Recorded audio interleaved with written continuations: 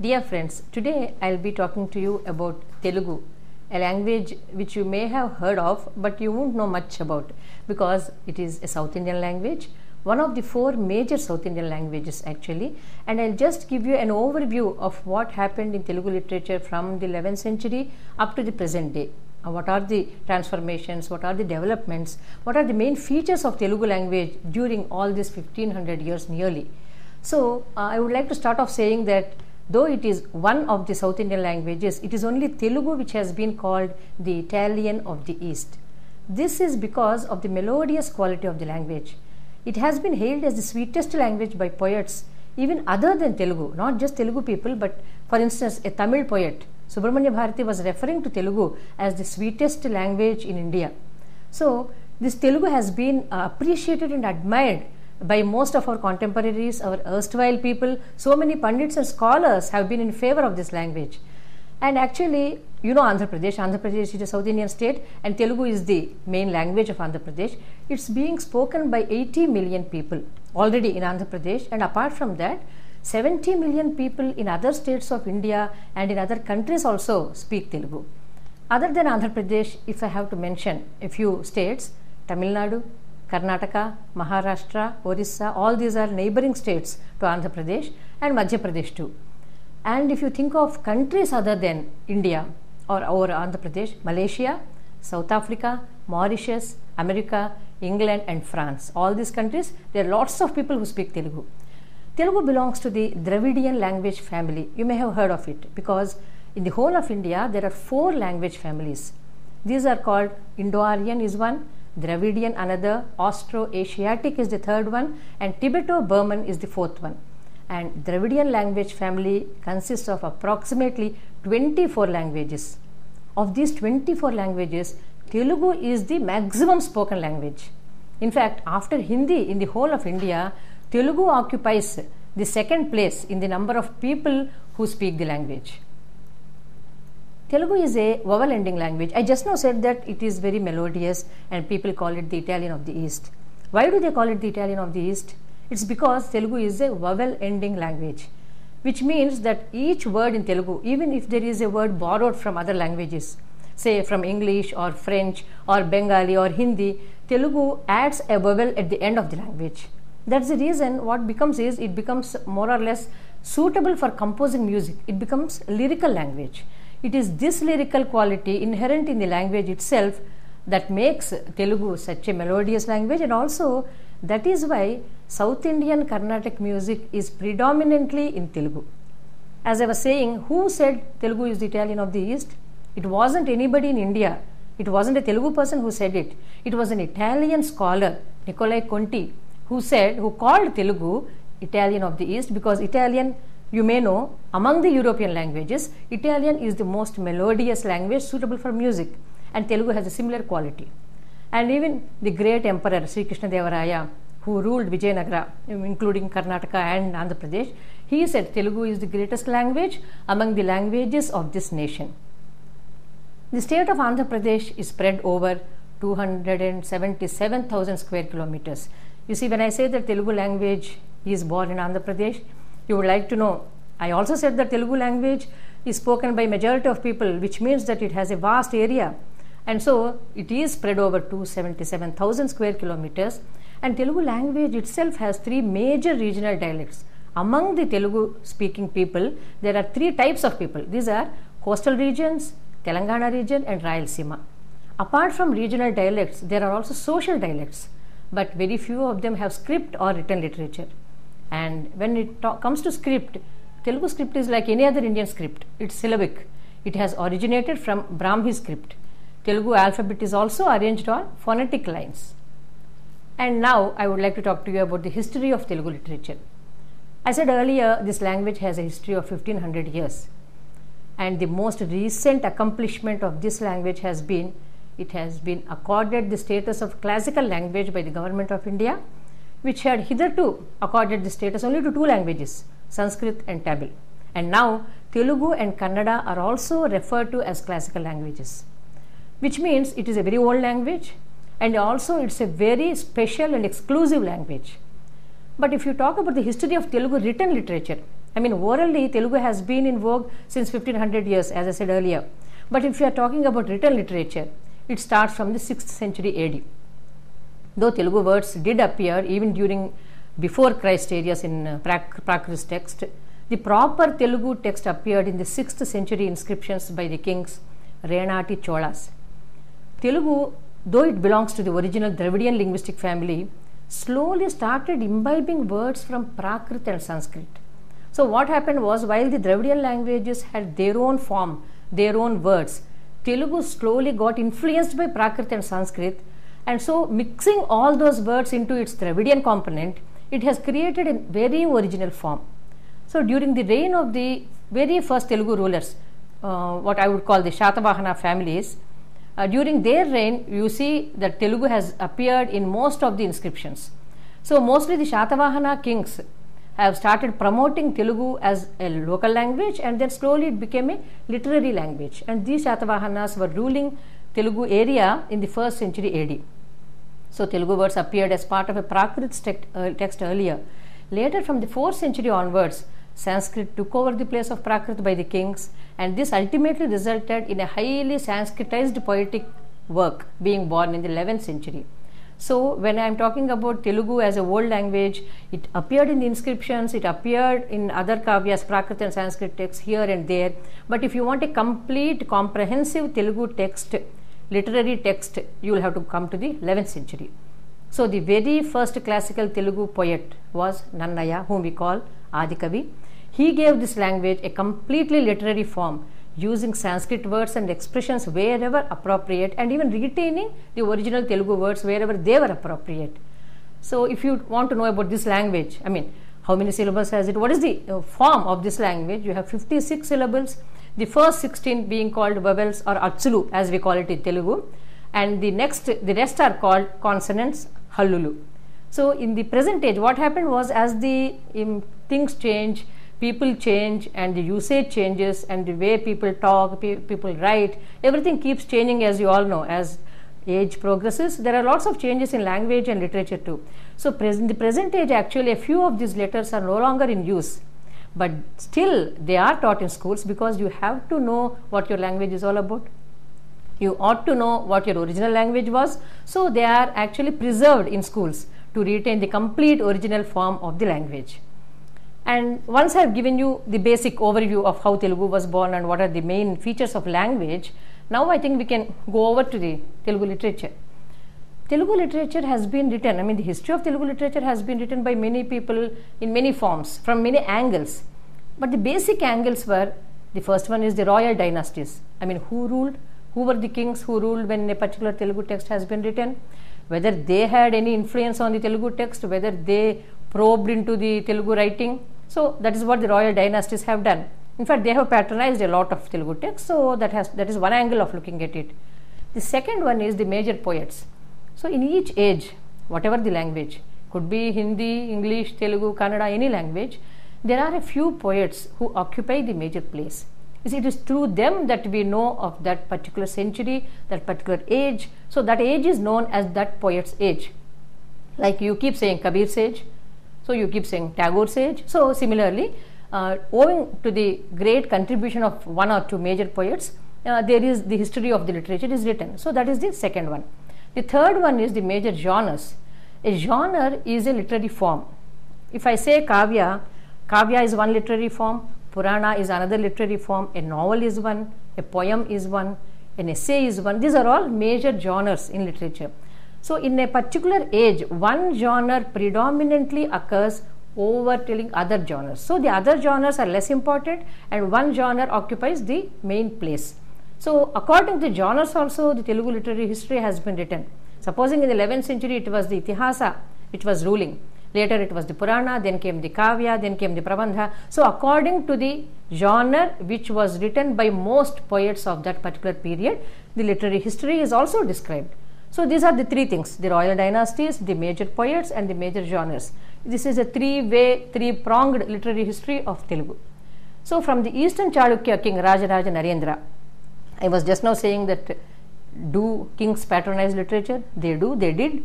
In fact, because of the kings that we have many good poets coming into the fore and many great texts being written. And so Eastern Chalukyas were the first people to encourage Telugu literature, Telugu language. So it started off with them. That was in the 11th century, and up to Raghunatha Nayaka, the Tanjore king in the 18th century. The patronage of kings with literary taste and generosity towards poets has encouraged the creation of great texts in Telugu. The dynasties which patronized Telugu literature and even asked the poets to create a specific text. I mean, these dynasties, they were not as if they liked whatever their poets wrote and then commended them or felicitated them, gave them a lot of money. It's not only that. They themselves asked their poets to write a specific text because that was the need of the hour. That was necessary at that point of time for their people. So Eastern Chalukyas come first in this. So the major text born in this age was the translation of the Mahabharata. Everybody knows that Mahabharata was written by Vyasa Rishi in Sanskrit, and this has been translated into all Indian languages including Telugu, and for Telugu this was the first literary text. Secondly, when we talk only about the major kings, the Reddy kings, we call them the Reddy kings because it was Reddy clan which ruled over a certain part of Andhra Pradesh, and during these writers, these kings, the major texts which were written were again Mahabharata, continuation of Mahabharata, Kachi Khandam, Bhimeshwara Puranam, and lots of other texts, mostly Puranas. And then we have the Vijayanagara kings, that is from the 15th century. So Krishnadevaraya of this dynasty, he himself was a very great poet and scholar. Krishnadevaraya was not just a king, he himself wrote a beautiful poem called Amukta Malyada. It's about a Vaishnavite poem. And during his age, we have the very famous, popular, known poets called Ashtadhiggajas in Telugu. There were 8 court poets. The way Navaratnas were there in Rajasthan kingdom, similarly you have Ashtadhiggajas in Telugu, and they created beautiful poetry. And the Tanjore kings came later during the 17th and 18th centuries. In this age again, we have kings like Raghunatha Nayaka, whom I have already mentioned to you. He himself was a very great poet and he patronized a lot of poets also. The best part of this Tanjore kings or Raghunatha Nayaka patronizing poetry was that more number of women poets appeared during his tenure than in any other age. For the first time, women took to writing poetry during the 18th century.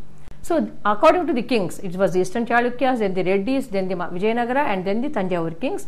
These were the 4 main kingly patronages for Telugu literature. Then I said it's not just kings, it's also major poets.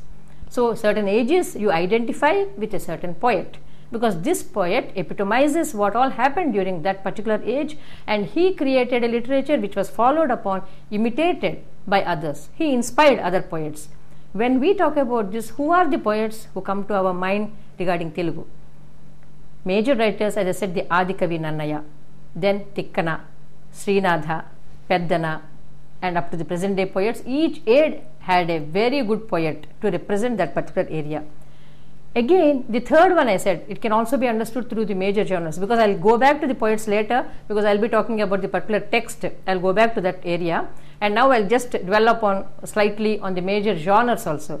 Genres, as I already told you, are literary forms. So after the kings, you can look at Telugu history through the kings, you can look at Telugu literary history through the poets, again you can look at Telugu literary history through the major forms like Itihasa. Mahabharata was an Itihasa. So through Itihasa, Purana, Kavya, Prabandha, and all the modern genres when you come to the modern age. Modern genres are novel, short story, poetry, essay, biography, autobiography, all these are modern literary forms. So you can look at Telugu literary history through these forms also. So, but division is not mutually exclusive. So what I want to say is, you just don't read one king and understand what happened during his age, or read about one poet and understand what happened to Telugu literature during his tenure. No, you combine all of this. They are not mutually exclusive. You can combine them and read the literary history of Telugus with all these 3 together: the genre, the poet, and the king. You can read them together. That's how we can understand Telugu poetry best. So after this overview, I would like to talk about the specificities of Telugu literature, which means each phase. As I said, Telugu literature has many phases, and the first phase would be 11th to 14th century. It started with the translation of the Vyasa Bharata, as I claimed earlier. three poets spanning 3 centuries translated the complete Mahabharata, Vyasa's Mahabharata of 18 parvas. They translated the complete text into Telugu. These 3 poets were Nannaya, Tikkana and Errana. Nannaya, the very first poet in Telugu, is obviously called the Adikavi. He translated the first 2.5 parvas of Mahabharata, the Adi, Sabha and half of Aranya Parva. After his death, somehow no other poet, his own contemporaries, did not take up the continuation of Mahabharata until Tikkana in the 13th century appeared. Once Tikkana appeared, he took up Nannaya's work, but then he also did not complete the part left out by Nannaya in the Aranya Parva. He left the Aranya Parva totally and he continued from the 4th one, that is the Virata Parva, and completed the 18 parvas of Mahabharata. Again in the 14th century, after Tikkana, Errana was the 3rd poet who came onto the scene, and he took up the part left out by Tikkana and also left out by Nannaya because of his death, and he completed Aranya Parva. Thus, these 3 poets who brought into Telugu the entire Mahabharata are called Kavitrayam in Telugu, the poet trinity. Kavitrayam, obviously Trayam is 3 in Sanskrit also. That is how it's pronounced in Telugu also. So the poet trinity of Telugu are Nannaya, Tikkana and Errana. They are hailed as the greatest poets of classical literature in Telugu. And the most interesting thing about Telugu Mahabharata is that when I call it a translation of Vyasa's Mahabharata, I don't exactly mean a translation, because these 3 poets did not translate Sanskrit text verbatim into Telugu. Theirs was a very creative translation. In fact, it's often we mention it whenever we talk about Telugu Mahabharata, we call it a transcreation rather than a translation. So what did these poets do? Why don't we call it a translation? Why should we call it a transcreation? That is a big question. It is because they made changes in the text. They omitted scenes and descriptions which they thought were detrimental to the reader's interest in the story. Or sometimes these things which Vyasa said were not consistent with the supposed characters. So what did these 3 Telugu poets do? They did not simply blindly translate the Sanskrit text into Telugu, but they thought about it in Sanskrit text. They thought about it from their own point of view and made changes wherever necessary. In fact, there is one particular incident, especially the Bhagavad Gita. Anybody who knows about India knows about Bhagavad Gita. So this Bhagavad Gita appears in Mahabharata during the war. And during the war, it is Krishna who talks about he gives the whole Gita to Arjuna, because Arjuna is afraid of continuing the war because he has to kill his own people during the war. So, and Krishna is reminding Arjuna of his duty as a warrior, as a Kshatriya, as just a human being fighting against adharma. So what happens in the original Vyasa Bharata is, it is a very long, drawn out, long poem, Gita. But Tikkana, who translated it into Telugu, realized that this is where the story is becoming more and more interesting. It is a war is being performed there, and readers who are reading the story would love to know what's happening next in the war, and they don't want a very, what I would call a lamba choda thing, in supposing to be a message, and such a big Gita in between the story. Somehow Tikkana didn't find it correct. So what he did was, he reduced the whole of the essence of the Bhagavad Gita to 40 poems. So this is where Telugu poets, while translating Mahabharata, have used their own originality, their own judgment, and saw to it that the text, the quality of the text was embellished and not destroyed. So, and when we talk about Nannaya, to this day, I think there are poets in Telugu who follow the Nannaya style, others who follow the Tikkana style. These people belong to 11th and 13th centuries, but still, even now Telugu poets love to say that they like Nannaya because his is the style they would like to follow up, they would like to imitate. That's because Nannaya was known for his extraordinary command of the language and the felicity of expression and narrative skills.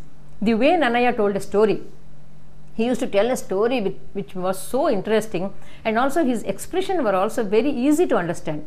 It wasn't a complex description at all. It was very easy to understand, and he used the Sanskritized Telugu very beautifully. And the second poet, Tikkana, is actually now much more followed than Nannaya. And Tikkana is known for showing the story rather than telling it. You see, actually now in the 20th century, we have theories of literature which say you have to show a story, not tell it. Actually, in Telugu, Tikkana showed that particular path of narrativeness in 13th century itself. He never told the story, he showed the story. So his creativity lay in dramatics. Tikkana himself, personally, he was extremely knowledgeable in many fields. He knew what drama, dance, war tactics, philosophy, because he was a minister in a king's kingdom, he knew all about war. And when in Kurukshetra he had to describe war, obviously it came from his own experience. It was not just translating Vyasa's Mahabharata. He had his own experience of spending a lot of time during the war time, so he knew the war tactics of different kings. So he included that in his text. And he was extremely philosophical, and even politics, he jabbed in politics too. And all this make his translation an outstanding one. And the third poet, Yarana, he was a very exclusive poet, a very special poet, because he imbibed the qualities of both his predecessors. And it is often said by critics that in the short part he translated only the half of Aranya Parva. He started off in the style of Nannaya, whom he followed, and ended up in the style of Tikkana, whose work he preceded. So thus the translated Mahabharata is not only the first major kavya or itihasam, but it is considered the greatest book ever written in Telugu. To this day, there is a saying among Telugu folk that the only story worth listening to is the Mahabharata. If I have to say it in Telugu, I would say, Vinte Mahabharatam Vinali. So you have to listen only to Mahabharata. You don't need to listen to any other story. That's enough for you. It combines all stories in the world. So there are various theories about why the first Telugu poet chose to translate Mahabharata, a later work by Vyasa, rather than the first Sanskrit kavya of Valmiki, the Ramayana. See, most people know that, everybody knows that Ramayana is the first Indian text written. Valmiki is the Adikavi of Indian literature. And how come the Telugu people chose Bharatam over Ramayanam to translate? There must be a reason. And it was more or less a political and a religious reason. So when you are talking about a literature, I think it's necessary to remember the history of those times, especially the political and religious history of those times, because without those things you won't be able to put this literature into a perspective. It is said that Mahabharata was meant to revive the greatness of the Hindu religion, at that time referred to as the religion based on the Vedas, because it was the whole of that area was being threatened by Buddhists and Jains. Mahabharata deals with all aspects of life, and without being explicit, it still gives all the knowledge of the Vedas and Upanishads, which contain the essence of Hinduism. That is why Rajaraja Narendra of the Eastern Chalukya dynasty requested his court poet Nannaya to translate Mahabharata rather than any other Sanskrit text. In fact, most of the Telugu poets wrote kavyas on the behest of their kings, starting from Nannaya. So Mahabharata was meant to revive, some sort of a revival of Hinduism or Vedic rituals and belief in Vedic Hinduism. That was the main purpose of translating Mahabharata over and above Ramayana, because it was just a kavya. Mahabharata had all the ingredients of what the Upanishads and Vedas says. So that's how Mahabharata came into being for the Telugus as the very first written literary text. So starting with Nannaya, most of the Telugu poets we know wrote kavyas on the behest of their kings, because kings of those days, whatever the dynasty, they believed that literature is the sort of medium which would enhance the quality of life of their people and impart knowledge of all kinds. So here I think most of the rulers of erstwhile kingdoms, these kings, are much better than what we have today.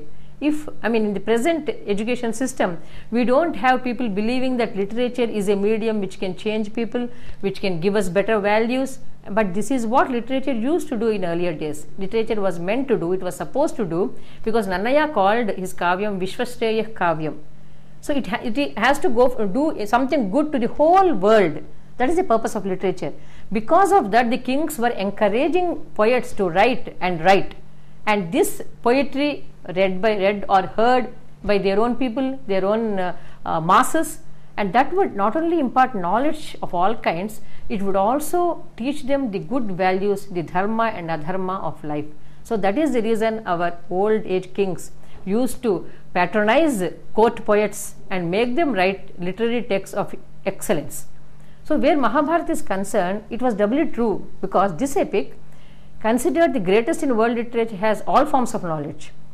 And also Mahabharata in Telugu is written in Champu style, what is the champu style, which is very particular to Telugu literature and Malayalam literature. These two literatures in South India have this champu style, which means a combination of poetry and prose. So while the major part of the work is in poetry, in between there are passages of prose which contain a connecting sentences or exclusive descriptions to the main narrative. So this champu form, initiated by Nannaya, was followed by all the major poets of Telugu literature. And here it's very important. You see, when I am talking about kings, I am talking about the way kings have been encouraging poetry, giving away lots of money to poets or making poets write for themselves. At the same time, there was another tradition going on. I am talking about the classical tradition where poets, as court poets, were writing poetry. But simultaneously, there was another Deshi tradition going on in Telugu literature, which is a very important aspect.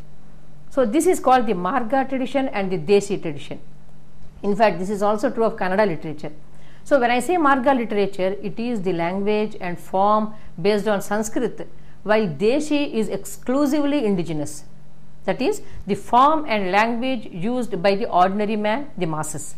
Both these types of literature received huge success in Telugu. That is the greatness of Telugu readers and Telugu people, that at the same time, simultaneously, both the Marga tradition, which was more or less an imitation of the Sanskrit, old age Sanskrit texts, and at the same time the Deshi tradition, which grew from the experience of the people, from the masses, both have been received for what they are worth, both have been recognized, and both have been admired.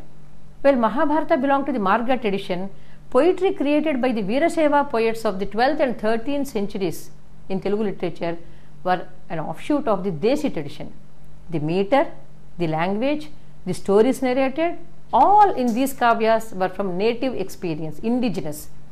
And among them, Palkur Somanatha was an excellent poet. His kavya, Basava Puranam, is a masterpiece for the Deshi tradition. When I said Mahabharata is a masterpiece in Marga tradition, it is Basava Puranam by Palkur Somanatha in the Deshi tradition with its Dvipada meter and Shaivite narratives. Dvipada is a Telugu meter totally. Till then Mahabharata was using all the meters that are prevalent already in Sanskrit. But Palkur Somanatha brought about Dvipada, a Telugu meter, grown from the Telugu folk narratives. That sort of a meter to Telugu and made it a classic.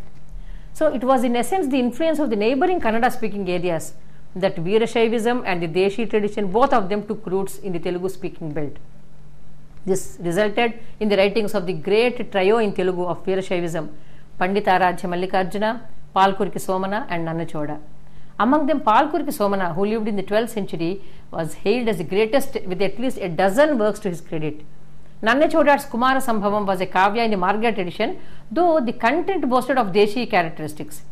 But I think the person you have to read or you have to know about is Palkur Somana. He went against Nannaya and he brought poetry closer to the masses with his very simple form, very simple style, language and storytelling methods. The Shaiva poets did not write to please the king. I think this is where the main difference between the Mahabharata poets and the Veerashaiva poets stand upon, because Mahabharata was written because Nannaya was asked by the king to write it. But the Shaiva poets did not write to please any king, but they wrote to spread the message of Lord Shiva to the masses. So the shivakavi age, which is what we refer to in Telugu literature during the 12th, 13th centuries, is an age where literature imbibed the common man's agony in his prayer to the Lord. For instance, the characters in the narratives of Basava Puranam, I was just mentioning it as the best text of Palkur Somanatha, they were all not kings, they were not gods and goddesses, they were not abnormal human beings, they were very normal human beings, they were neither kings nor deities. Their reaction to God and description of Lord Shiva is extremely natural and down to earth. For instance, there is one character in Basava Puranam called Bejamahadevi. She is a great devotee of Lord Shiva. She exclaims that Lord Shiva behaved as he did only because he had no mother to look after him. In a beautiful poem, the poet says, Talli kaligina nela tapasiga nitsu, Talli kaligina nela tala jadal gattu. This is a beautiful poem, which in essence means, if Lord Shiva had a mother, she would not let him wander in the wasteland. If Lord Shiva had a mother, she would not allow him to wear snakes on his neck. And if Lord Shiva had a mother, she would not have allowed him to drink poison. If Lord Shiva had a mother, she would not have allowed him to become a wanderer. See, all these characteristics of Shiva, everything describes Lord Shiva in a nutshell. All these descriptions. He wanders in a wasteland, he wears a snake, he drank poison for the sake of the good of the deities and the devatas to counter Rakshasas. All these things Lord Shiva has done. And on the one hand, he is describing all the great things that Shiva has done. On the other hand, who is saying this? One of his devotees, an elderly woman, who is wondering how come Lord Shiva could do all this. If he had a mother, that mother would not have allowed. Which means this lady is thinking like a mother. She is not thinking like a devotee. This is the natural and indigenous way of expressing the love for God that these common women had. So this is the type of poetry that Veerashaivism brought into Telugu poetry. Here it is not the learned devotee speaking, but just an ordinary mother of children wondering aloud. This human touch is the great contribution of the Shaivite poets to Telugu classical literature. These poets also wrote in the meter which was indigenous, as I said earlier, the Dvipada, as against the Sanskrit imitations of the poet trinity. The Kavitraya wrote in Sanskrit imitations, but the Shaiva poets wrote in Telugu, basic local Dvipada or local meter. As I was saying, by the 12th century itself, simultaneously Telugu readers had two streams of literary tradition, the Marga and the Deshi. The contemporary of Palkur and the follower of Nannaya, Tukkala brought about a great meeting point of both the traditions. In his translation of the greater part of Mahabharata, he combined both the Marga and Deshi traditions, thereby attracting both scholars and commoners. So this is what we know about the first earlier part of text. And especially when we talk about Tukkala, we talk about the character of Draupadi with all her gestures, intonations and choice of words, and whatever you see of Draupadi being portrayed in modern day, I think in Telugu literature it was Tukkala who gave her that face. Now we come to the second phase of Telugu literature, 14th and 15th centuries, which are embodied by two very great poets, Pothana and Srinatha. The 15th century saw the emergence of two of the greatest poets, but they were miles apart in their creative genius. One was the highly charismatic, sophisticated, extrovert Srinatha. The second was the highly devotional, exquisitely poetic, introvert poet Pothana.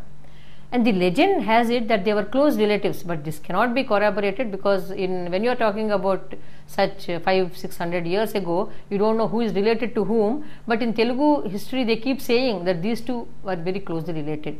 Be that as it may, it is agreed that they were contemporaries and represented two divergent sensibilities of Telugu literature. That's why they both are very important for Telugu people. Srinatha was a prolific writer and many of his writings are available till date. From the Reddy kings to the early Vijayanagara kings, Srinatha received the patronage of many royal families and revelled in it. He was a devotee of Lord Shiva and most of his works are taken from Shiva Puranas. If I can mention a few, they are Kashi Khandam, Bhimeshwar Puranam, Haravilasam, Shivaratri Mahatyam, etc. And Srinatha brought a grandeur to Telugu language, which later became the hallmark of Telugu poets. His influence on later poets was so huge. So it is no exaggeration to say that even modern poets, even poets of today, this century, claim that they were influenced by Srinatha and they are imitating him. He was hailed as the Kavi Sarvabhauma. Pothana is also known for his humble character. He was asked by the king Sarvajna Singha Bhupala to dedicate Mahabhagavata to him, but Pothana refused.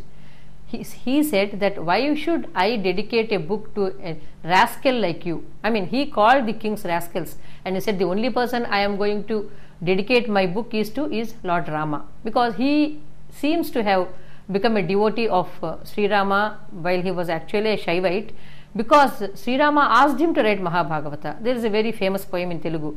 Palikedi Bhagavatamata, Palikinchedu Vadu Ramabhadrundata, Ne Palikina Bhavahara Magunata, Palikeda Verundu Gadha Palukaganela. When Rama himself asked me to translate Bhagavata, why should I hesitate? So he moved on to translate it and dedicated it to Lord Rama because he considered mortals, especially the kings, as rascals and did not think it necessary to placate them or anything. Pothana's Telugu is very, very rhythmic. Mandara Makaranda Madhuryamuna Telu Madhupambu Povune Madanamulaku Nirmala Mandakini Vichikala Tugu Rayancha Janune Taranginulaku. This is a few lines of his poetry, and then the way he used a single letter, the letter Da, the way he used it Telugu. I mean, Telugu has very exclusive ways of using language. అడిగెదనని కడువడి జను అడిగిన తన మగడు నుడువడని నడయుడుగున్ వెడవెడ సిడిముడి తడబడ అడుగిడు నడుగిడదు జడిమ నడుగిడు నెడలన్. So this is the type of poetry Pothana created, which showed us how musical Telugu can be. And then we have a very exclusive poet whom most of you must have heard of, because his kritis or kirtanas are sung even now by great musicians, music composers. He is called Anumacharya, and he also was a contemporary to these two, Somanatha and Pothana. Anumacharya's writings are called Padakavita. And on the one hand, you have Somanatha creating great poetry, and then you have Pothana who imbibed Sri Vaishnavism, and at the same time there emerged a very unique genre that is called Padakavita, and the poet composer were Tarlapaka Anumacharya. And this Padakavita at a later age took the new and a more musically mature form of Kirtana. Most of you must have heard of Tyagaraja, Saint Tyagaraja. Saint Tyagaraja is whom we all consider the father of Carnatic music, and all the singers today, South Indian classical singers, all sing only Tyagaraja's songs. I mean, they become popular only singing Tyagaraja. So, and Anumacharya was the influence on Tyagaraja. Anumacharya was the first one to introduce this musical literature to Telugu. So it's essentially a musical genre, but with excellent literary values. Anumacharya took Vaishnavism to new heights, preaching Visishtadvaita in its purest form. He is said to have written and composed more than 13,000 songs, but only a few hundreds are available now. And his Lord, his God, was the Lord Venkateshwara. All of you know about Tirumala hills, the 7 hills, and Lord Venkateshwara over there. And Anumacharya sat there before the Lord Venkateshwara and sang most of his kritis. They were all spontaneously sung in front of this deity. The literary excellence, the combination of the Marga and Deshi traditions and his expressions make the works of Annamaya a rare contribution. At the same time, the same 15th century saw the very first Telugu woman poet in literature, none other than the wife of Anumacharya, and her name is Talapaka Timaka. So Timaka was the first woman Telugu poet in Telugu literature, and she was the contemporary of Anumacharya, in fact his wife, and she wrote in a Telugu meter.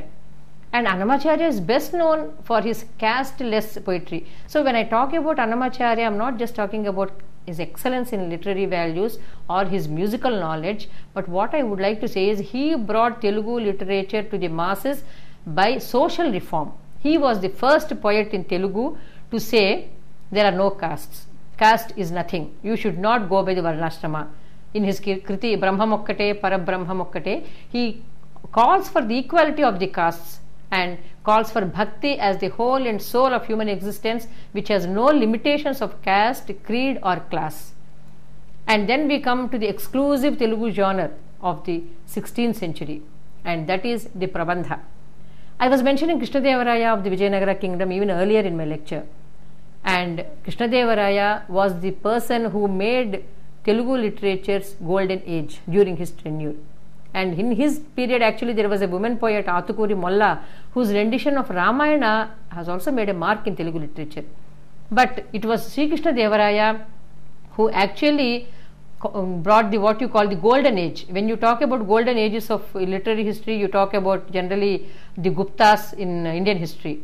Similarly, in Telugu literature, the golden age was Sri Krishnadevaraya's reign during the 16th century. And so Krishnadevaraya himself was a very great poet. His Kavya Amukta Malyada is considered the greatest poem on Visishtadvaita in Telugu. And he was not only a celebrated king, but he patronized 8 major poets. All these poets experimented in the language and literature with great innovation. These 20 years of his rule are known as the most prolific period for Telugu literature. So most of them, I'll just name some of the few of those poets and their works. Allasani Peddana and his Manucharitram, Pingali Surana's Kalapurnodayam, Nandi Timmana's Parijatapaharanam, Ramaraja Bhushana's Vasucharitram, Tenali Ramakrishna's Panduranga Mahatyam, Dhurjati's Kalahasti Mahatyam are some of the classics. And this is an age where earlier I was saying that Veera Shaivism and Veera Vaishnavism had some sort of a fight between them. There was actually some sort of a fight, not exactly a fight, but some kings patronized Shaivism, some kings patronized Vaishnavism, and so there was a disharmony. But during Krishnadevaraya's age, both Shaivism and Vaishnavism coexisted in harmony. Krishnadevaraya himself was a Vaishnavite, and his Amukta Malyada was based on Alvar Goda Devi's devotion, At the same time, Durjati, his court poet, created a kavya with Lord Shiva at its center. So this was an age truly, sociologically, historically, even literature-wise, this was an age which can be called the golden age of Telugu literature. And in the fourth phase, we come to an age where there was a setback because of political and historical conditions, and there was no patronage or encouragement to poets. During this 17th century, the Tanjore kings, Tanjore is actually in Tamil Nadu, it is not a Telugu place, but the Tanjore kings were Telugu and they patronized Telugu poets. Especially the female poets of that period are extremely popular, and to this day they are read. Rangajamma and Muddupadani are two of these female poets. And the king Raghunatha himself was a prolific writer. And the most important part of his age was that not only that women poets came into the fore, but also a very rare performing art like Yakshaganam, which combined music, performance, literature and dance, and these four combinations of literary values, and this was revived by Raghunatha Nayaka himself. So this was a very important period for Telugus, because on the one hand there was a degeneration, and on the other hand there were new genres coming up, new type of poets coming up. And one of the chief texts of this period, I was mentioning Muddupadani just now, her kavya Radhika Santvanam was banned during the Victorian age because it was an erotic kavya. In fact, eroticism is a very important part of Telugu literature, especially from the 16th century onwards. Till then it was more devotional, but after 16th century, eroticism was a very important aspect of Telugu literature. But when the male poets were writing eroticism, it was very happily received, but when a female poet like Muddupadani wrote, it was objected to not by her contemporaries, but in the Victorian age. You know what, during the Victorian age, British were banning most of our books, and Muddupadani's Radhika Santvanam was also actually banished. It was in controversy. Later, the ban got lifted and it was accepted. So, at this time what happened was, while as I said there was a degeneration in poetry, there were no patronages for poets, but then there were two very important poets of this period who brought literature to a totally different level. One of them was the 17th century Pothuluri Veera Brahmendra Swami, and another was the 18th century Vemana. So, Pothuluri Veera Brahmendra Swami is called the Nostradamus of Telugu, Andhra Pradesh, because he predicted what is going to happen later in 21st century, 20th century. It seems most of the things are happening now. That's what his devotees keep telling us. He belonged to a backward caste, but he created songs and poems with great spiritual intensity, and his predictions are still followed by his devotees. And after him emerged the great poet Vemana, who we call, in Telugu he is called the first social reformer and also the first poet of the masses, what in Telugu we refer to as Prajakavi. He is the most discussed poet, and he has been a source of inspiration and imitation even to the present generation. He wrote in very simple Telugu using the Deshi meter Ataveladi, and he was known for imparting great meaning through very simple words. His genre is called the Shataka. This again is an exclusive Telugu literary form, where a poet writes a minimum of 100 poems, with the last line being the same in all poems. The way you have in a ghazal, there is the name of the poet appears in the last line. Vemana's last line was Vishwadabhirama Vinura Vema. So it's only a 3-line poem with a sea of meaning, mostly criticism of the society and what's happening in contemporary age about the people, and it's also a critique of social manners. So his capacity to use very simple similes to great effect and his penchant for satire earned him the epithet, the first modern poet of Telugu. I'll give one small example. Uppu kappurambu okka polika nundu చూడ చూడ రుచుల జాడవేరు పురుషులందు పుణ్య పురుషులు వేరయా విశ్వదాభిరామ వినురవేమ.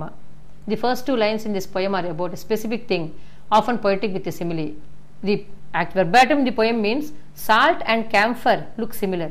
You know, camphor is used in the puja. Salt and camphor look similar, but closer observation shows their taste is different. Among men, virtuous people stand apart. So, beloved of the bounteous Vema, listen.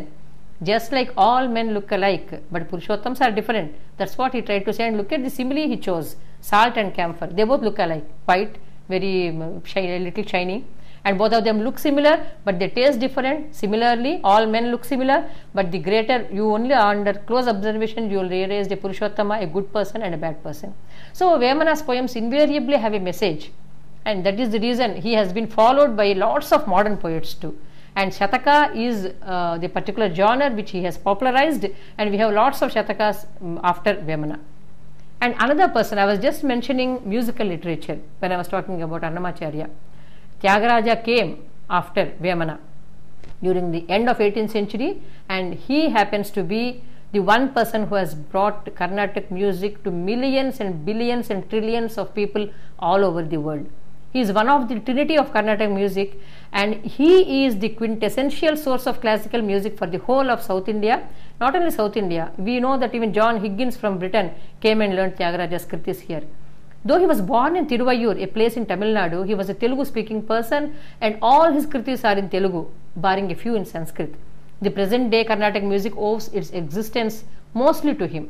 So Tyagaraja Swami's contribution to Telugu literature has been very high, in the sense that he brought literature and music together like nobody else has done before him.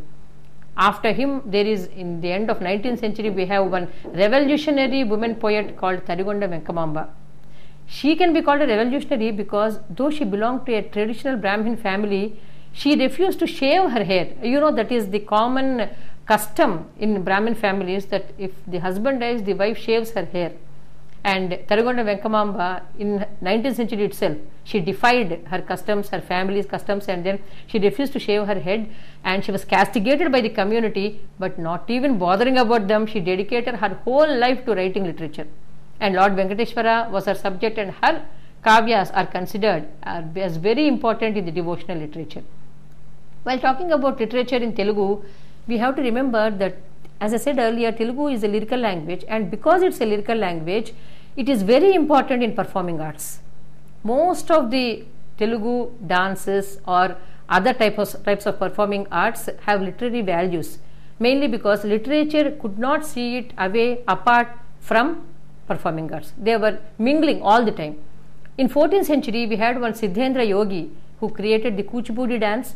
Most of you must have heard of Kuchipudi dance. It's a very popular art form, and many people even in the north are learning Kuchipudi dance these days.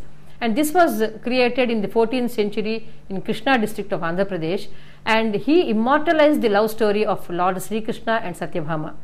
It wasn't just Krishna and Radha, it was Krishna and Satyabhama whom this dance form immortalized. This was the first time lyrics were specially written to suit dance.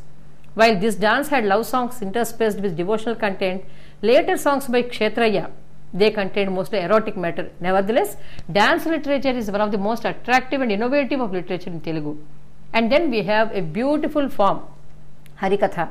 This art form of a later age combines literature, drama and music, and it's only one person who performs all these arts.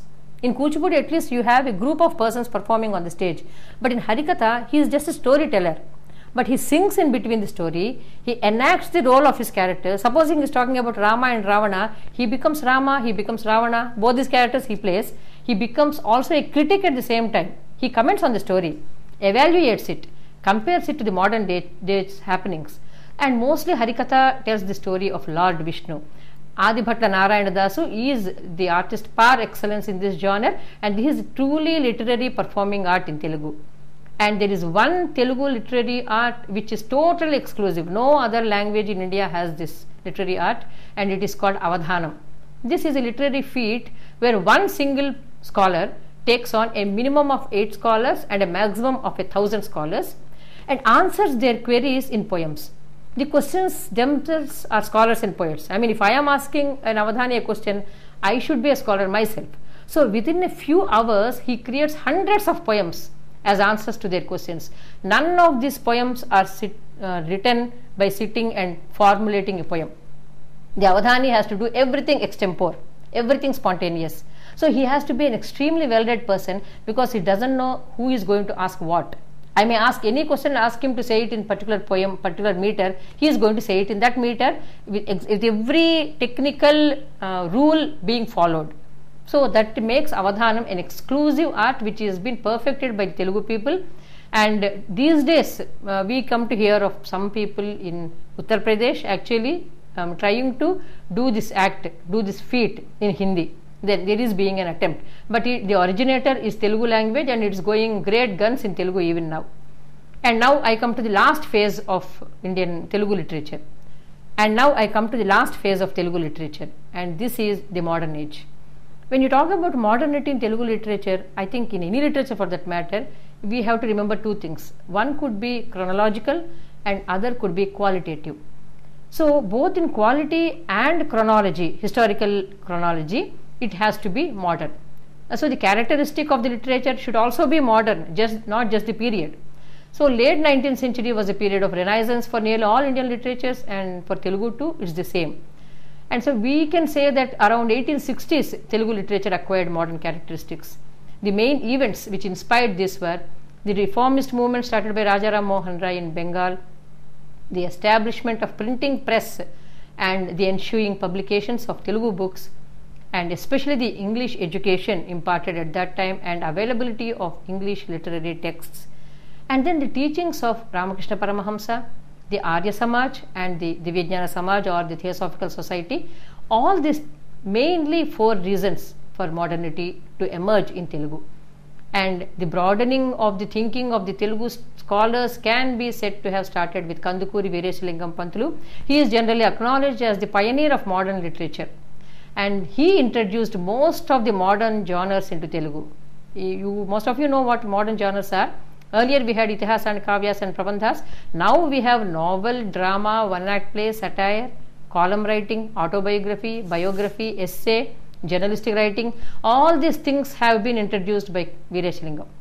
The content which he brought to Telugu literature was also very wide-ranging, and he had many followers in his own lifetime. His magnum opus is the novel of social manners called Rajashekara Charitram.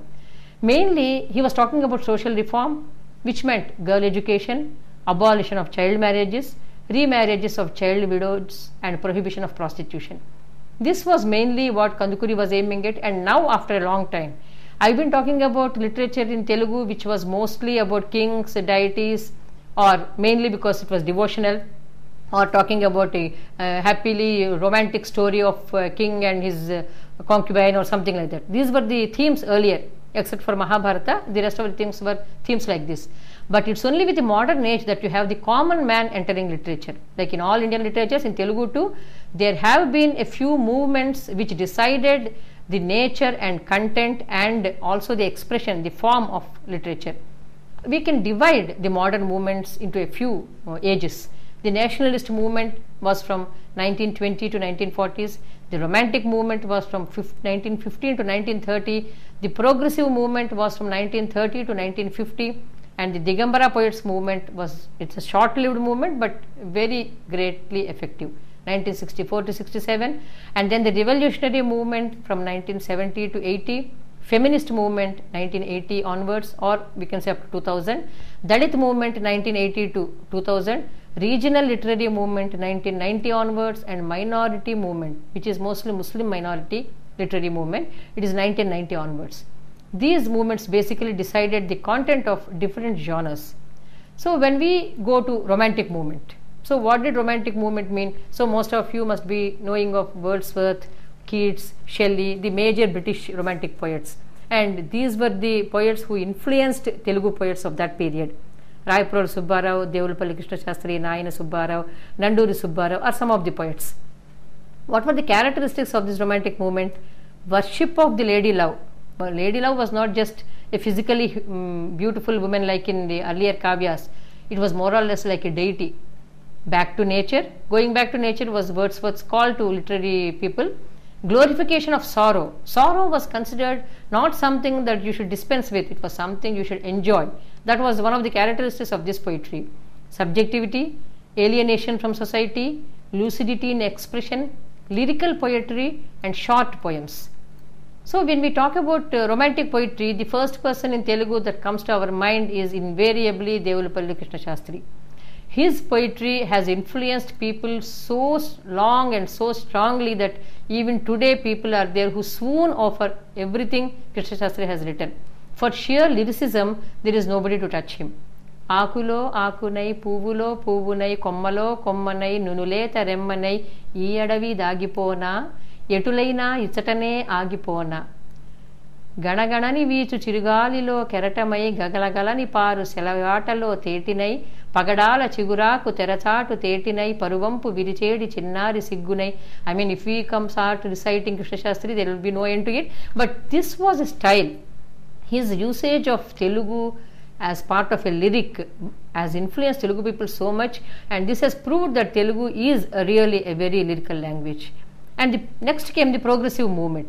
Progressive movement was more or less a reaction to romantic movement, because the romantics were always preoccupied with their lost loves and lamentations, and this irritated the progressives. They called all romantic poetry escapist, self-centered, and of no use to society. Progressive movement was obviously the result of the Telugu scholars' acquaintance with the leftist ideology, especially Marxist ideology. And this started in the 1930s, and the master of this poetry is by far the greatest modern Telugu poet, Sri Sri. He was Srirangam Srinivasa Rao, referred to as Sri Sri.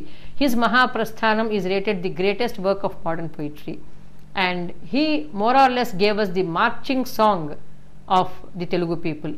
ఏ దేశ చరిత్ర చూసినా ఏమున్నది గర్వకారణం, నరజాతి చరిత్ర సమస్తం పరపీడన పరాయణత్వం, ధర్మజలానికి ఖరీదు కట్టే శరాబులేడోయ్, నాలో కదిలే నవ్య కవిత్వం, కార్మిక లోకపు కళ్యాణానికి, శ్రామిక లోకపు సౌభాగ్యానికి, పొలాలనన్నీ హలాల దున్ని ఇలా తలంలో హేమం పిండగ కదం తొక్కుతూ పదం పాడుతూ హృదయ నేత్రం గర్జరిస్తూ పదండి పోదాం పదండి పోదాం పదండి పోదాం పైపైకి మరో ప్రపంచం మరో ప్రపంచం మరో ప్రపంచం పిలిచింది.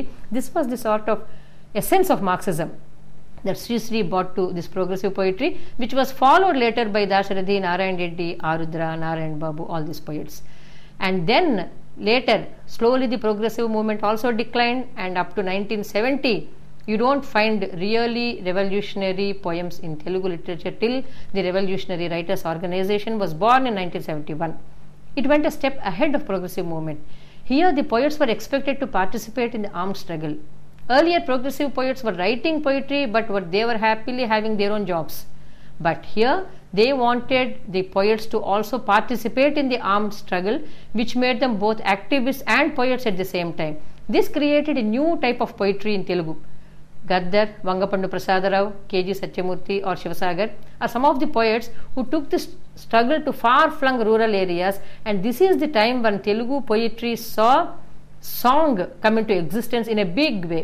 Song earlier was the devotional song, but now song was something that actually instigates people to go for armed struggle. This is the sort of song the revolutionary movement brought to Telugu poetry. And from here we come to the latest, the far most very very effective and currently contemporary movements, feminist and Dalit. Revolutionary literary movement had a single agenda, as most of you must have heard, because it is a Marxist based agenda. It believed that Marxist ideals and armed struggle were the answer to all questions and all problems. This poetry spoke only about the class. It disregarded gender and caste. Members of this revolutionary movement included educated women and educated Dalits too. So slowly these writers realized that their identity was being gobbled up in the process of eliminating class. They argued that class was not the only point of division for society. Gender and caste also played a role in the inequalities. Since revolutionary organization did not give them scope to vent out their feelings, these two groups gradually left it, and they emerged as different identities. Thus, we have the women leading the feminist literary movement and the Dalits leading the Dalit literary movement. So here for the first time women were writing about their own predictions and whatever problems they had. They were writing boldly, and they were writing about the self-imposed and the society-imposed censorship, and they became very outspoken, candid, truthful and honest. The major poets of this poetry are Jayaprabha, Volga, Kondepudi Nirmala, Rajani, Ghantasala Nirmala, etc. etc. One example of feminist poetry written by Jayaprabha, I can quote in English translation. This poem is about the way men stare at women with no decency. Looks from two eyes, dark like needles, roam freely on flesh. Those eyes belong to a million classes, but their looks are all the same. On the road, in buses, classrooms, behind your every step, wounding some part of your body, looks tipped with poison keep pricking you. Frightened, I want to disappear into the distant sky. Escape is no solution, so I began to teach my eyes the sharpness of thorns to fight those poison looks. Now, to chase away those eyes, I fight with my eyes, timid eyes which cannot look straight, for 2 seconds, run to the underworld. A day will come when women in this country have thorns not only in their eyes but all over their bodies. Well, this is one example of the feminist poetry which has become very strong and very positive and very authoritative too.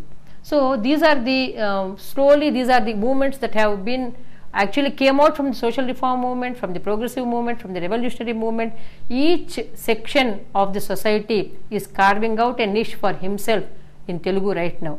So even in feminist poetry, you have a minority women poetry, you have a Dalit feminist poetry. So all these fragmentations, what appear like fragmentations to us, are actually the echoes of all the people who are suffering under a lot of social evils that are right now in our society. So slowly, we can say that modern Telugu poetry started off with reformist tendencies, but ended up in search for identity. And we also have to, when you're talking about history of literature, we also have to talk about the prose genres. And when we talk about prose genres, novel and drama and short story and essay are some of the prose genres which occupy a major part. And among the prose works, apart from Kandukuri's novels, I think there is one drama which stands very, very tall, stands tallest I would say, and that is Kanya Shulkam, Bride Price. The English translation would be Bride Price of Gurajada Apparao. It is considered the best play ever in Telugu. In fact, not only in Telugu, when you look at contemporary dramas of that period in all other Indian languages, he wrote it in 1897. When we look at the first place, modern place of all other languages in India, we see that the Telugu play was far above them in its vision, in its format, in its humor, in its expression, in its dialogues, etc. Similarly, at the time when nationalism was at its peak, I am just mentioning a few of Telugu milestone writings. The novel Malapalli by Unnava Lakshmi Narayana is one novel which stands above all other novels in Indian literature, not just Telugu literature. This was published first in 1921, but it can be called a visionary work by a writer of extraordinary perception. In 1921, none of us, including Gandhi, thought that India would get independence. We are not too sure that we are going to get our independence. But in this novel, which was published in 22 or 23, the author has already said that India has gained its independence, and also India got its independence only through non-violent methods and not violent methods. So this was a visionary at work, and Unnava Lakshmi Narayana's Malapalli stands as one of the greatest novels in Indian literature, and it being written in Telugu is a some sort of a very gives pride to the Telugu people. And when we talk about prose genres, there is one more writer, Gudipati Venkatachalam in Telugu, who again is one of his ilk. There are hardly anybody to compare with him in Indian literature, because he was the first writer. He started writing in 1928, and he was the first writer who took novel and short story to great heights, and mainly because he wrote for the first time about women's freedom. The freedom of women was at the core of all his fiction, and when he was writing this, he actually for the first time talked about the sexual independence and sexuality of women, which was extremely rare, and it was not even accepted during that ages, but it was later accepted by most of the people, and now the feminists are also following what Chalam said in 1920s. So Chalam was more or less the first feminist in Indian literature itself, not just Telugu. And so after the 1950s, if we go through all the prose genres of Telugu, we can come to a conclusion that there were a few types of prose content there: psychoanalytical, Marxist, historical, family relationships, man-woman relationships, caste relations, urbanization, farmer struggle, youth and love, middle class mentality, generation gap, revolutionary struggle, globalization, consumerism. All these were there in Telugu prose genres. And one thing of great pride for Telugu fiction is in 1950s, a story entitled Galivana by Palagumi Padmaraju. It means cyclone. It won an international prize conducted by New York Herald Tribune in 1952. It was selected amongst 59 stories from 23 countries, and Telugu people pride themselves on this prize. There were many major writers in Telugu who wrote about all, and I mean there are lots of names we can give, and especially in prose genres, women have been very, very effective in writing novels and short stories, and Abburi Chaya Devi, Olga, Ranganayakamma, Jayaprabha, all these are major writers in Telugu fiction and Telugu poetry. And while there are so many creative genres, obviously there would be a lot of criticism too. So because unlike creative writing, criticism requires a lot of scholarship, and you need real scholars to do literary criticism. Luckily, we had very good critics, and criticism is necessary to keep up the standards of writing. And so it happened that in Telugu from 1900s itself, we have C.R. Reddy, Ralapalli Anandakrishna Sharma, Vishwanatha Satyanarayana, and Marxist critics like Ramchandra Reddy, Velcheru Narayan Rao, K.V. Ramana Reddy, and formalist critics like R.S. Sudarshanam, and psychoanalyst critics, and so many. Right now we have lots of feminist and Dalit critics also. So when we look at Telugu literature from its entry into the Indian literary scene, we can see that it has proved its originality in all spheres of literature. The translation of Telugus has always been of very high standard. When you talk about Telugu literature, it occupies a great part, translation occupies a very important part of it, because Telugus translated all Russian literature, most of Chinese literature, and a lot of British literature into Telugu, and this has inspired Telugu writers to write better also. So Telugus brought the best literature of the world into their language, and actually now what is happening on the Telugu literary scene? Two things are mainly happening in Telugu literary scene now. One is exporting great Telugu works to other areas through translation. Hitherto we were bringing other great works into Telugu so that we can get good exposure, but right now we are taking our Telugu works through translation to other languages so that other people can know what heritage Telugu literature has, what it can offer to the world in poetry, prose, and all genres. And the second thing Telugu is doing is, as I said, it's basically a lyrical language, and it's easy on the ears, and so it can reach a wider audience through audio literature. So this is now being attempted so that many non-resident Telugus can also have the benefit of learning about Telugu literature. So Telugu literature in an audio form is also one of the ways they are trying to promote Telugu language and Telugu literature. And these two things, translating, exporting our own literature via English to other people, and also through audio literature to people who can't speak or read Telugu. These are two ways of promoting Telugu literature which is being done very effectively, and literature in Telugu is now continuing its journey of creativity, scholarship, versatility, and social awareness. So dear friends, I think with this I will conclude my lecture on Telugu literature, because this is only tip of the iceberg. That is the only comparison I can give for this particular lecture, because there are so many things for each writer, for each genre. There are so many other people and other texts that can be mentioned and also can be debated. On the whole, Telugu literature has a lot to offer to world literature, and that is something, a work on this area, promoting Telugu literature and letting it known to other people, is one of the missions of most of the Telugu seriously thinking researchers at now. Thank you very much for your patient listening.